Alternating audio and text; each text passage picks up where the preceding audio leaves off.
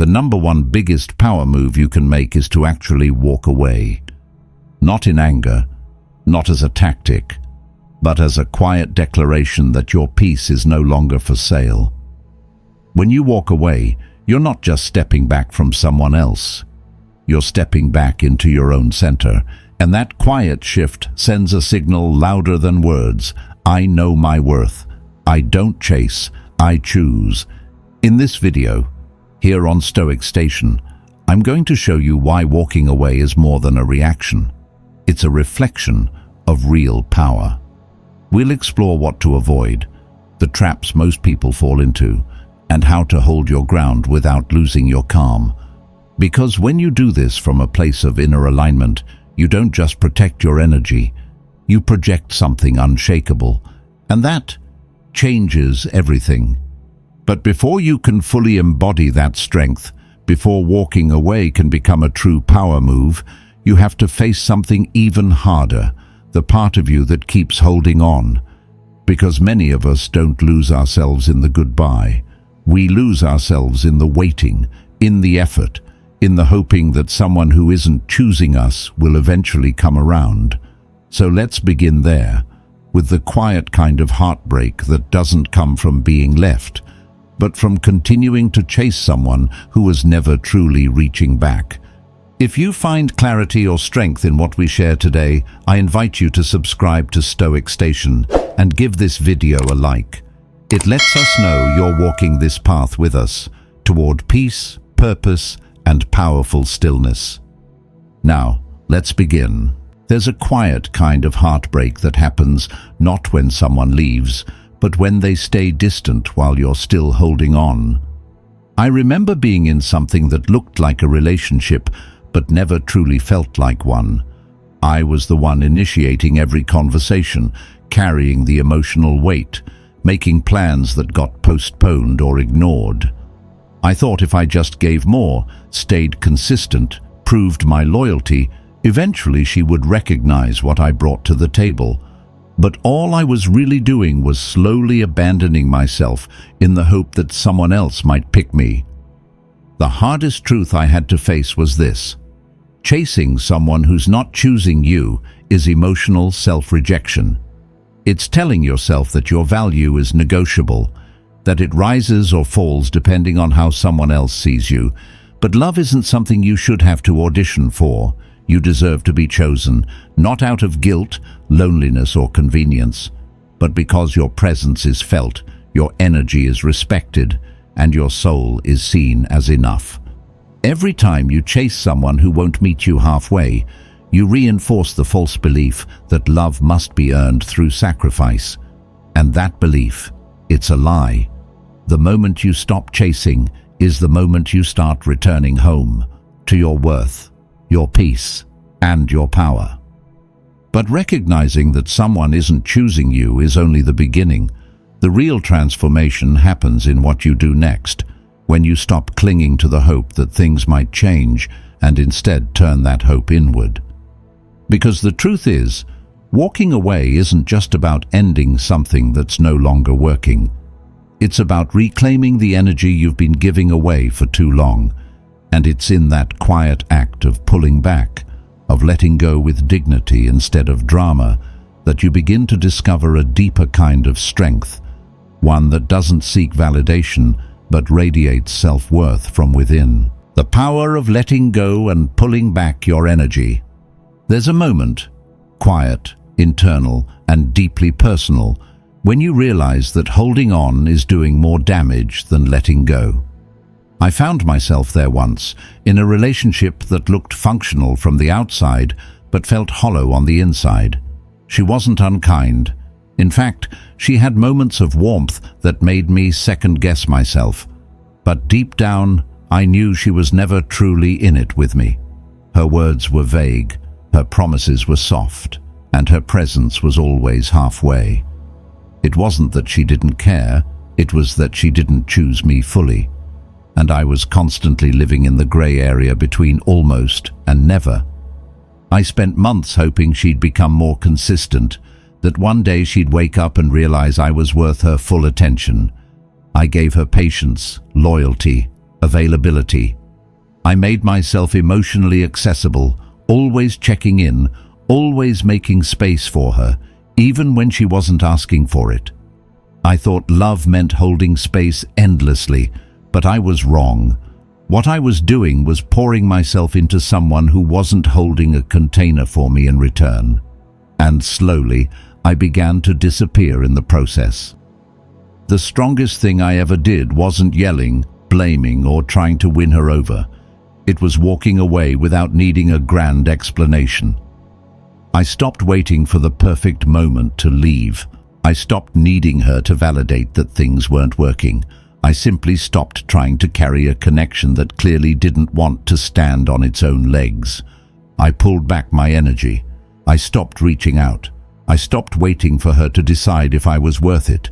And the silence that followed wasn't empty. It was sacred. It became the space where I found myself again. My focus shifted. I slept better. I returned to my creative work with clarity. I hit the gym with presence. Conversations with friends became richer, not because I was performing strength, but because I was no longer draining my energy in the wrong direction. And then, as life tends to do, something ironic happened. A few weeks later, she reached out. Emotional, uncertain, nostalgic. She said she missed me, said she had been thinking about everything we had. But here's the thing, I had changed.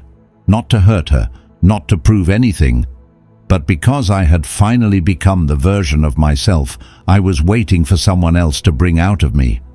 That's the real power of pulling back. It's not a strategy to make them chase you. It's a decision to come home to yourself, to no longer chase clarity from people who live in confusion, to no longer audition for someone's affection when you were born worthy of love that's clear, kind, and committed. Pulling back doesn't mean you're cold, it means you're clear. It means you recognize that your emotional energy is precious, and it should be given where it is respected and reciprocated. The mistake many people make is believing that letting go is a loss, but often it's the beginning of everything good. You don't walk away to teach them a lesson. You walk away because you've finally learned yours. You've learned that being breadcrumbed isn't a reflection of your value. It's a reflection of someone else's capacity. You've learned that clarity doesn't always come from conversations. Sometimes it comes from silence. And you've learned that the love you were trying to get from them, you needed to first give to yourself. Sometimes pulling back isn't to get them back. It's to get you back. To remember who you were before you started shrinking to fit into someone else's uncertainty. And when you stand in that remembrance, you become powerful in a way that doesn't need to chase, doesn't need to explain, and doesn't need to prove. Because the version of you that chooses peace over pursuit, that chooses self-respect over people-pleasing, that version is magnetic. That version doesn't ask, will they come back? But instead asks, what do I want to invite into my life next? Letting go is not weakness, it's wisdom. It's knowing that your energy is sacred and that not everyone gets access to it, especially not those who are still unsure whether they see your light. Walking away doesn't mean the story ends. Sometimes it means the next chapter is about you, and that chapter will always be the most powerful one you ever write. Letting go doesn't leave you empty. It clears space for something deeper. Because once the noise fades and the emotional chase ends, you're left with the one relationship that truly defines everything else, the one you have with yourself. And that's where the real work begins. It's in that stillness, in the quiet moments after walking away, that you get to ask a question most people avoid for years. What does it look like to truly show up for me? What follows is not just healing, it's the start of self-respect, self-devotion, and a new kind of strength that can only come from within. Focusing on yourself is a declaration of self-worth. After a long-term relationship ended in my early 40s, I found myself sitting in a quiet house that no longer felt like home. The silence was deafening. For weeks I tried to escape it, scrolling endlessly through social media, going on dates I wasn't emotionally ready for, distracting myself with work. But no matter what I did, that emptiness stayed. It wasn't loneliness I was running from. It was the discomfort of facing myself. Without the noise, without the external validation, without someone else's presence filling the gaps. Then something shifted. One morning, I got up and went for a walk with no phone, no destination, just me. I started journaling again. I booked a solo hiking trip I had put off for years. I began treating myself like someone worth investing in. Not because I was broken, but because I finally understood I didn't need to be fixed to be worthy of my own attention. Focusing on yourself isn't selfish, it's sacred. It's what happens when you stop outsourcing your happiness and start reclaiming it. When you begin to take your time, your health, your peace seriously, you send a message not only to the world, but to your own soul. I matter. And there's nothing more grounded, magnetic, or powerful than a man who lives in alignment with that truth. And as you begin to focus on yourself, not as a reaction, but as a conscious return to your own worth, something remarkable happens. You stop clinging. You stop overgiving. You no longer feel the need to constantly prove your presence or earn your place in someone's life. And from that inner stillness, you realize that true connection can't be forced. It must be felt. The next step isn't chasing love, it's making space for it. Because when you learn to respect your own boundaries, you also learn to respect theirs. And in that space between effort and surrender is where value is finally seen. Creating space allows others to realize your value. There was a time when I thought love meant constant presence, always checking in, always being available, always making sure she knew I cared. I would send long texts to ask how she was feeling, offer advice she didn't ask for, and go out of my way to show up, even when she never truly invited me in. I told myself I was being attentive, that I was giving her what she needed. But deep down, I was trying to earn connection through effort, and in doing so, I was suffocating both of us. It took a hard pause for me to realize that space isn't the absence of care. It's the room where clarity can grow. The more I filled every silence with words, every distance with attention, the more I robbed her of the chance to actually feel anything real. And when I finally stepped back, not in anger, not to manipulate, but from a place of peace, something shifted. She reached out. Not with guilt or out of habit, but with genuine curiosity. She noticed my absence because for once there was space to feel it. That's when it clicked. Your presence is never truly seen until you're no longer offering it at every turn. When you create space, you invite choice, and there's nothing more powerful than someone choosing you freely, not because they feel obligated, but because they feel your absence in a way that matters. Pulling back doesn't mean you stop caring. It means you start respecting the natural rhythm of connection. And when you give someone space, real, honest space, you give them the gift of perspective. You give them the silence they need to hear their own truth. And maybe, just maybe, they'll hear the echo of your worth in it.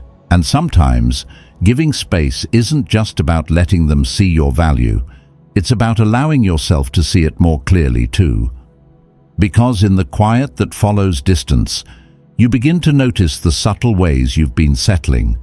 You start to recognize how often you've compromised your own needs just to keep the peace or preserve a connection. And in that realization, a deeper truth rises to the surface. It's not enough to be noticed. You need to be chosen. And the first person who has to make that choice is you. There comes a point when you get tired, not just of the confusion, the mixed signals, or the late replies, but of the way you keep abandoning yourself just to hold on to a connection. I remember being with someone who constantly said she wasn't ready for anything serious, but still wanted the comfort of my presence. She wanted my time, my attention, my support, but without commitment, without clarity. And for a while, I stayed. Not because I didn't see the truth, but because I was afraid of letting go of what little I was getting. I convinced myself that maybe, with enough patience, things would shift, that eventually she would realize what I brought into her life. But every time I tolerated less than I deserved, I chipped away at my own self-respect. Until one morning, I stood in front of the mirror and saw a version of myself I didn't recognize, tired, uncertain, ungrounded. And I heard myself say, "This isn't who I am." That was the turning point. I didn't leave out of anger. I didn't need to slam a door or deliver a dramatic exit. I simply chose myself, calmly, clearly, and completely. And in doing so, I reclaimed something far more valuable than any relationship: my peace. Choosing yourself doesn't mean shutting people out. It means refusing to negotiate your worth. It means honoring your standards, even when it's uncomfortable. That kind of choice doesn't scream. It speaks quietly, but with power. It doesn't demand love. It attracts it. And while not everyone will follow when you choose yourself, the ones who matter will recognize your strength without needing proof. Because self-respect is magnetic. And when you stop chasing approval, you start radiating something far more irresistible: certainty. And once you choose yourself, not as a defense mechanism, but as a conscious declaration of your worth, something subtle but powerful begins to unfold. You no longer tolerate the bare minimum. You stop negotiating with uncertainty, and in that stillness, where you're no longer chasing love, a new kind of clarity emerges. You begin to see that choosing yourself isn't the final destination. It's the beginning of a deeper conversation with life itself. Because every time you walk away from what no longer honors you, you're not just closing a door. You're speaking directly to the universe, making one bold, undeniable statement: I deserve better. There's something deeply powerful about the moment you finally decide to stop settling. It doesn't happen in a burst of anger or a dramatic exit. It often happens in the quiet, late at night, when you're finally honest enough with yourself to admit, this is no longer enough. I had one of those moments not long ago, after walking away from a connection that drained more than it gave. It wasn't all bad, but it wasn't true either. It was built on almosts, on potential, on waiting for someone else to finally meet me where I already stood. And after months of trying to shrink myself to fit into her uncertainty, I realized the greatest act of love I could offer wasn't toward her, it was toward me. That night, I didn't grieve what ended. I wrote. I sat with myself and put one simple sentence at the top of the page. By saying no to this, I'm saying yes to myself. And I meant it. There was no bitterness in that moment, only a strange kind of peace. Not because everything was suddenly easy, but because something inside me finally aligned. A week later, I got a call from an old friend offering me a speaking engagement I hadn't even asked for. 2 weeks after that, I met someone new. Not dramatic, not all-consuming, but calm, grounded, honest. Her presence didn't fill a void. It simply mirrored the quiet stability I had been cultivating inside myself. Maybe it was a coincidence, but I don't think so. I believe the universe listens when we stop clinging to what hurts. When we finally loosen our grip on things that are not meant for us, we send a message, not just to others, but to life itself. I trust there is something better. I trust that my worth is not determined by what I'm able to hold on to, but by what I'm willing to walk away from. Walking away isn't always about leaving someone else behind. Sometimes It's about leaving behind the version of you that believed you had to settle. It's about choosing to believe that peace is possible, that respect is non-negotiable, and that love doesn't have to be chased. It can meet you where you are if you're willing to stand there with both feet planted. Saying, "I deserve better," isn't an act of pride, it's an act of clarity. It's a declaration to the world and to yourself that you're no longer available for halfway love, broken promises, or emotional leftovers. It's about choosing to be alone with your wholeness rather than accompanied in your emptiness. And when you do that, something shifts. Not just in the people you attract, but in how you show up to life. Opportunities begin to find you. Peace starts to visit more often. And you begin to feel something you may have forgotten you even had. Hope. Not the fragile kind built on someone else's potential, but the steady kind that comes from knowing you've got your own back. So when you walk away and say to the universe, "I deserve better," trust that it hears you. And more importantly, trust that you're right. Because you do. Looking back at every chapter in this journey, from chasing someone who never truly chose me, to the silent strength of walking away, to the deeper work of choosing myself, I can say this with certainty. I wasn't just letting go of another person. I was letting go of an older version of myself who believed that love had to be earned, negotiated, or proved. I once believed that consistency, loyalty, and emotional generosity would win someone over, that if I held on long enough, they'd eventually see my worth. But what I failed to understand back then was that when someone doesn't meet you with the same presence, it's not a challenge to overcome, it's a truth to accept. And the longer you delay that acceptance, the further you drift from yourself. Walking away wasn't about punishment or silence games. It was about honoring the quiet voice inside me that had grown tired of whispering, "You deserve more." Pulling back my energy wasn't about manipulation. It was about recentering. It was the moment I stopped begging for emotional scraps and began nourishing the parts of me I had neglected.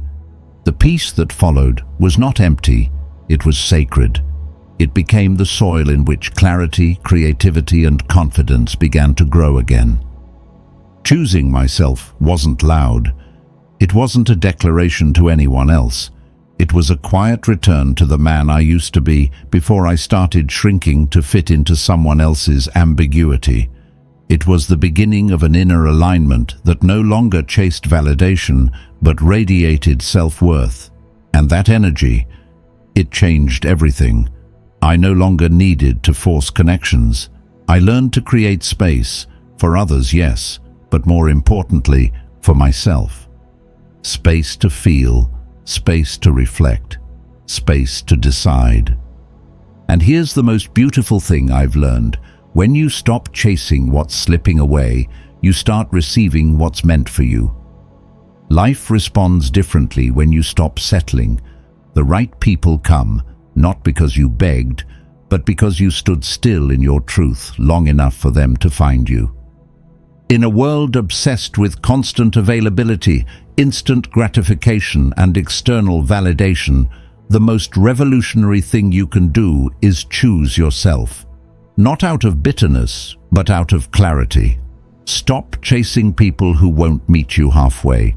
Let go of anything that requires you to betray yourself to keep it. Walking away isn't weakness, it's wisdom. It's trusting that your peace is more important than your proximity to someone who keeps you confused. It's knowing that love built on anxiety, uncertainty, or effort alone is not love, it's survival. So here's my advice. If you're holding on to someone who makes you feel like too much or never enough, step back. Not to make them miss you, but to finally see yourself clearly. Redirect the love you've been giving outward into the person who's needed it most, you. Rebuild, reflect, choose yourself again and again until it becomes second nature. Because the moment you do, the universe listens. And when it does, it doesn't just send people, It sends peace, purpose, and a new sense of wholeness that no one else can ever take away.